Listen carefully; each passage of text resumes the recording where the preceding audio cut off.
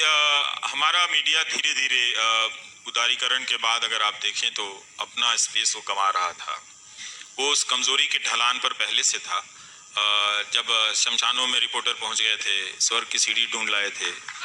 अब ढूंढी लाए थे तो मंगलयान पे इतना खर्चा क्यों कर रहे हैं? सीढ़ी लगा के चढ़ जाइए ऊपर, है कि नहीं?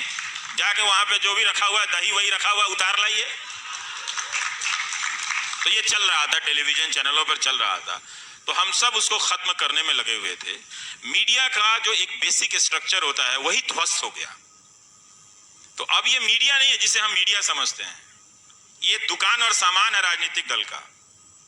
अभी तो एक ही दल का है ज्यादातर, और एक ही नेता के प्रति समर्पित है। मैंने इतना समर्पण हमने किसी सरकार और किसी नेता के प्रति मीडिया को हमने कभी नहीं देखा था। तो उसका पूरा ढांचा ध्वस्त हो गया, उसकी पूरी बुनियाद बदल दी गई, उसको हटा दी गई। उसका कारण ये था कि पहले बहाना लिया गया कि हमको इससे रेटिंग मिल रही है, मतलब हमको इससे रेवेन्यू मिल रहा है। तो भाई उस रेवेन्यू का तुम क्या किया कि और गिरते चले गए?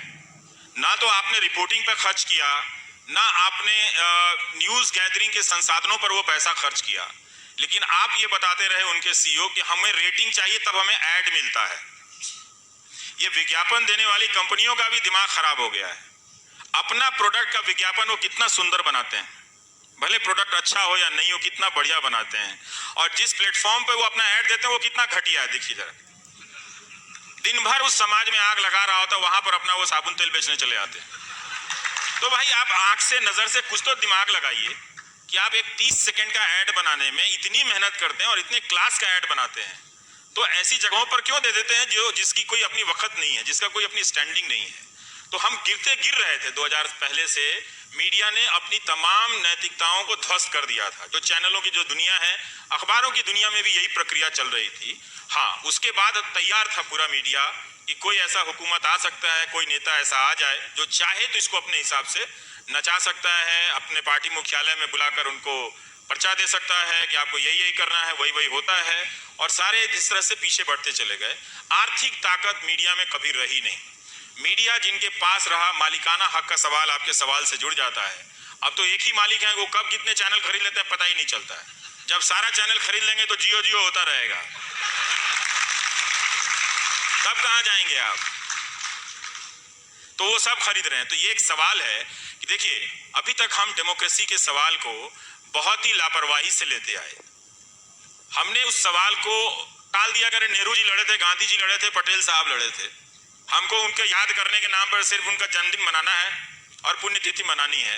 लेकिन हमने अपनी भूमिकाएं स्थगित कर दी 90 के दशक के बाद से, जब ये उदारीकरण आया कि हाँ, हम इस डेमोक्रेसी को बनाना भी है, इसको लेके चलना है। तो इसकी सारी संस्थाएं हमारे सामने ध्वस्त होती चली गई।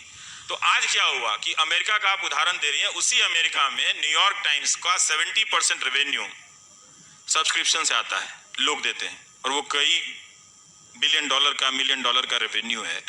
तो न्यूयॉर्क टाइम्स जो है उस महंगे देश में अपने राष्ट्रपति का मुकाबला कर पाता है। वॉशिंगटन पोस्ट छाप देता है कि हमारे राष्ट्रपति 700 दिनों में 7000 से ज्यादा झूठ बोल चुके हैं। यहां तो वो गिनने की मीटर नहीं है।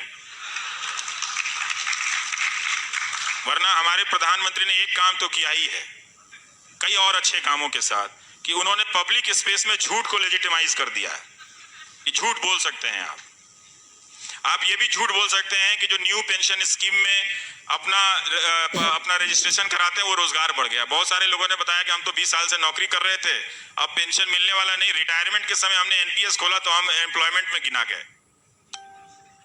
बताइए, तो रिटायरमेंट के समय के लोगों को एम्प्लॉयमेंट में गिन देने का काम लोकसभा में खड़ा होकर हमारे प्रधानमंत्री कर सकते हैं, और विपक्ष की वैसी कोई तैयारी नहीं है, होमवर्क नहीं है। तो इस लोकतंत्र में चाहे आप नागरिक हैं, चाहे आप अपोजिशन हैं, चाहे आप न्यूज एंकर हैं या कोई भी हैं, बिना सीरियस होमवर्क किए हुए आप डेमोक्रेसी में पार्टिसिपेट ही नहीं कर सकते हैं।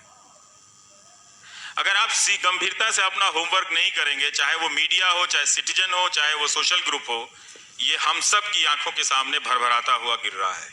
हमें नहीं मालूम कि जो दूसरी व्यवस्था आ चुकी है, जब वो आधिकारिक रूप से अपना ऐलान करेगी, तब आपकी, हमारी या उनकी, जिनको नहीं मालूम है, जो इंफॉर्मेशन लेस होकर घूम रहे हैं, झंडा लेकर, हर बात में झंडा लेकर निकल गए हैं। सहारनपुर में भी लोग निकल गए बंदूक लेके कि हम सीमा पे जा रहे हैं अपनी दुनाली लेके, और वीडियो भेज दिया उन्होंने।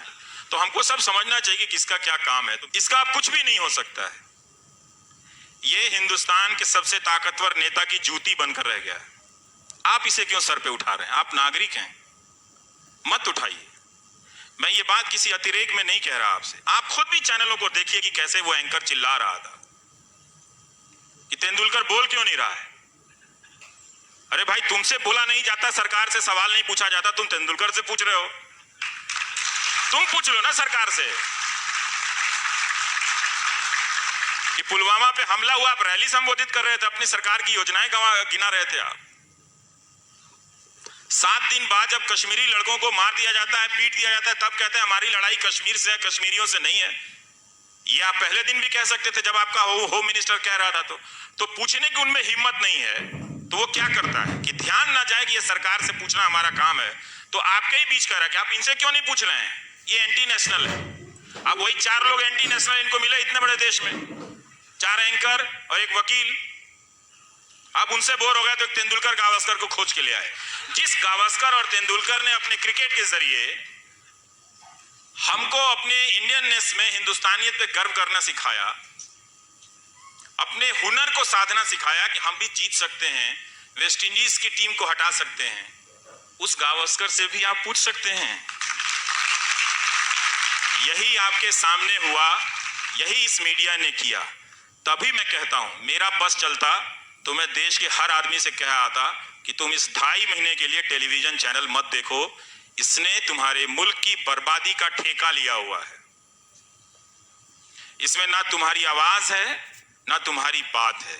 एक और बात मैं कहना चाहता हूं, भटक जाऊंगा, कि इस मीडिया ने क्या किया है कि पब्लिक को ही डिलेजिटिमाइज कर दिया है। डेमोक्रेसी में पब्लिक एक लेजिटिमेट यूनिट होती है। अब आप देखेंगे इन चैनलों पे पब्लिक का कोई इशू नहीं है, कोई इशू पब्लिक का नहीं है।